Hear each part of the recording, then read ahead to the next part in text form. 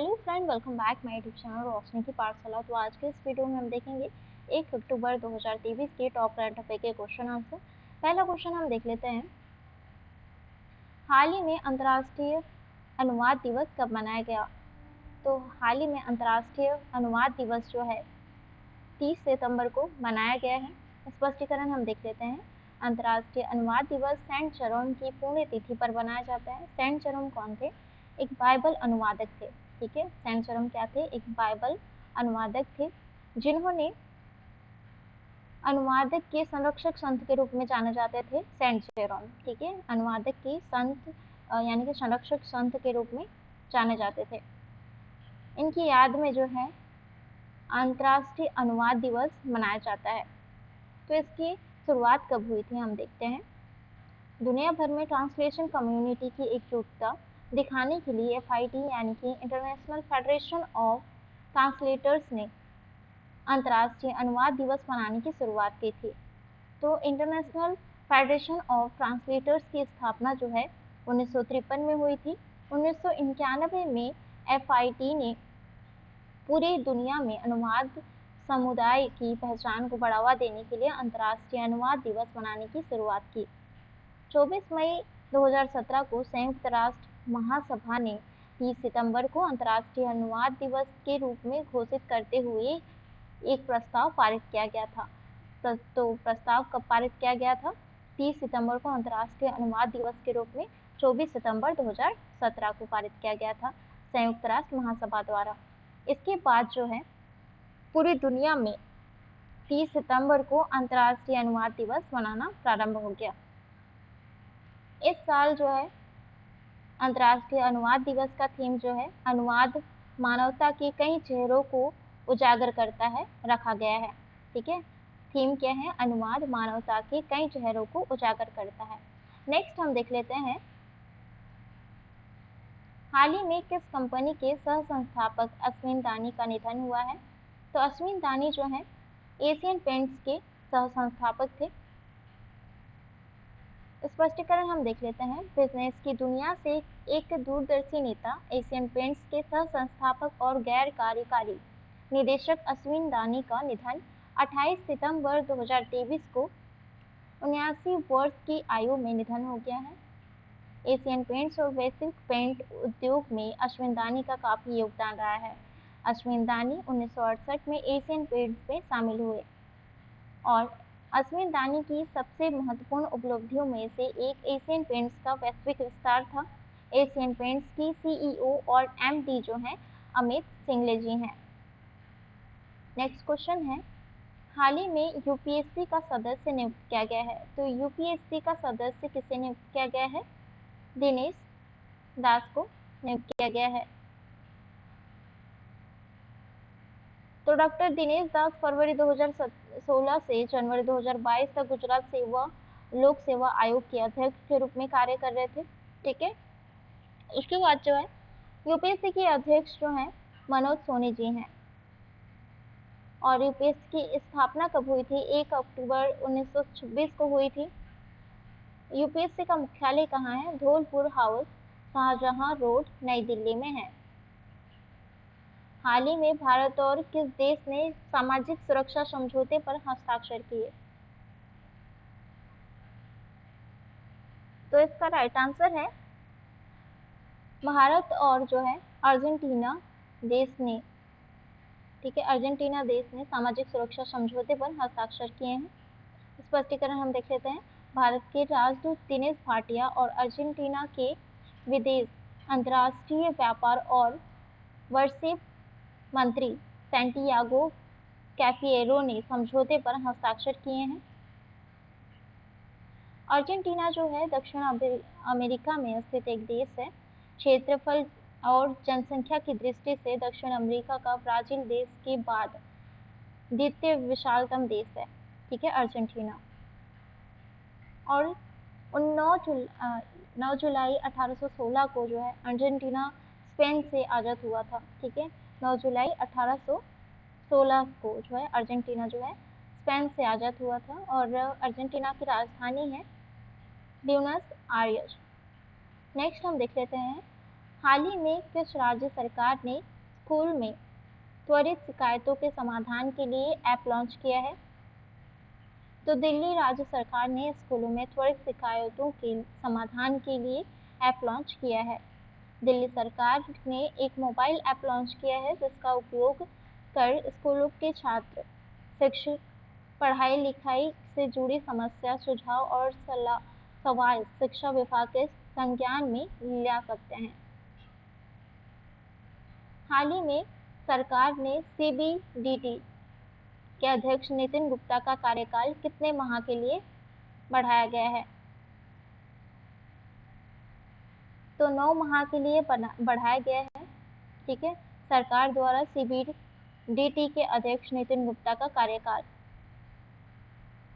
केंद्र सरकार ने सीबीडीटी चेयरमैन की नितिन गुप्ता का कार्यकाल 9 महीने तक के लिए बढ़ा दिया गया है। इस विस्तार के बाद जो है नितिन गुप्ता अब जून 2024 में रिटायर होंगे। सीबीडीटी केंद्रीय प्रत्यक्ष कर बोर्ड, केंद्रीय राजस्व अधिनियम बोर्ड 1963 के अंतर्गत कार्य कर रहा है और एक जो कि संविधिक प्राधिकरण है सीबीडीटी। नेक्स्ट हम देख लेते हैं, हाल ही में भारतीय भाषा उत्सव कार्यक्रम किस शहर में आयोजित किया गया है? तो लखनऊ में आयोजित किया गया है भारतीय भाषा उत्सव कार्यक्रम।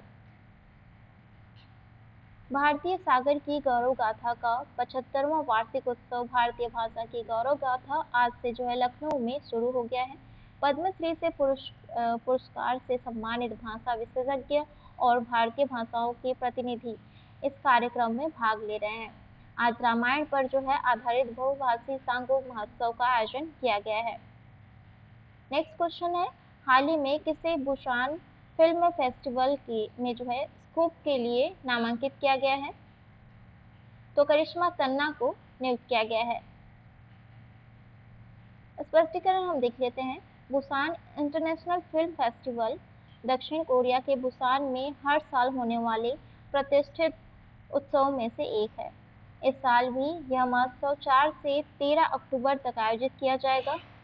कई अंतर्राष्ट्रीय फिल्मों और कलाकारों को नामांकित किया गया है। भारतीय अभिनेत्री करिश्मा तन्ना भी उनमें से एक शामिल हैं। वास्तव में वह हर्षल मेहता द्वारा निर्देशित वेब सीरीज स्कूप में जो है अपने प्रदर्शन के लिए BIFF में पुरस्कार के लिए नामांकित हुई एकमात्र भारतीय अभिनेत्री हैं। नेक्स्ट हम देख लेते हैं, हाल ही में किसने स्वच्छ रक्तदान में विश्व भर में रिकॉर्ड बनाया है? तो उत्तराखंड राज्य ने जो है विश्व भर में स्वच्छ रक्तदान में रिकॉर्ड बनाया है। हाल ही में किसने अंतर्राष्ट्रीय होम टेक्सटाइल शिखर सम्मेलन की मेजबानी की है? तो वाराणसी ने जो है अंतर्राष्ट्रीय होम टेक्सटाइल शिखर सम्मेलन में मेजबानी की है। हाल ही में विश्व स्तर पर सुंदरवन के जलवायु प्रभाव को उजागर करने के लिए भारत और कौन सा देश एकत्र हुए हैं? तो भारत और बांग्लादेश जो है एकत्र हुए हैं। स्पष्टीकरण हम देख लेते हैं, सुंदरबन बांग्लादेश और भारत भर में फैली हुई 10,000 किलोमीटर की गीली और दलदली भूमि है जो विश्व के सबसे बड़े सदाबहार वन रिजर्व में से एक है और रॉयल बंगाल टाइगर का निवास स्थल है। रॉयल बंगाल टाइगर बाघों की उप प्रजाति है जो संख्या में सबसे अधिक है और ये जो है भारत और बांग्लादेश दोनों का राष्ट्रीय पशु है। नेक्स्ट हम देख लेते हैं, हाल ही में किस राज्य में एकीकृत आयुष बोर्ड का गठन किया जाएगा? तो उत्तर प्रदेश राज्य में जो है एकीकृत आयुष बोर्ड का गठन किया जाएगा। आयुष बोर्ड जो है का उद्देश्य जो है आयुष चिकित्सा पद्धति के बारे में जागरूकता और रुचि को बढ़ावा देना और मजबूत करना और आयुर्वेद, योग, प्राकृतिक चिकित्सा, यूनानी, सिद्ध, सोवा रिग्पा और होम्योपैथी की अंतर्राष्ट्रीय प्रचार विकास और मान्यता को सुविधाजनक बनाना है। आइस बोर्ड की स्थापना जो है 1 नवंबर 2014 में हुई थी। नेक्स्ट हम देख लेते हैं, हाल ही में किसे ASCI के अध्यक्ष के रूप में नामित किया गया है? तो सौगत गुप्ता को जो है ASCI के अध्यक्ष के रूप में नामित किया गया है।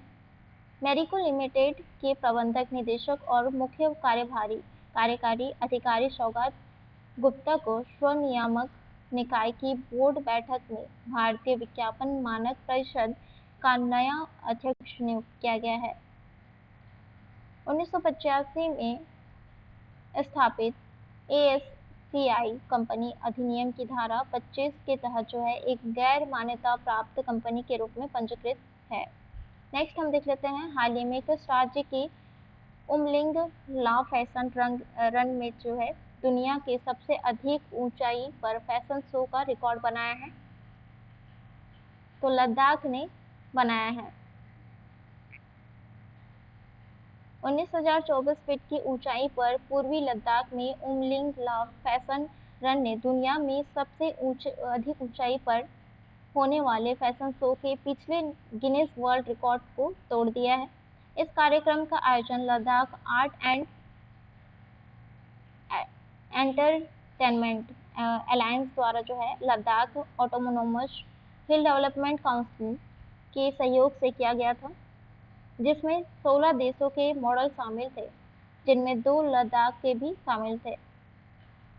इस फैशन रन का प्राथमिक उद्देश्य जो है लद्दाख की स्मृति, संस्कृति और पर्यटन और हाल ही में GI टैग पश्मीना को बढ़ावा देना था।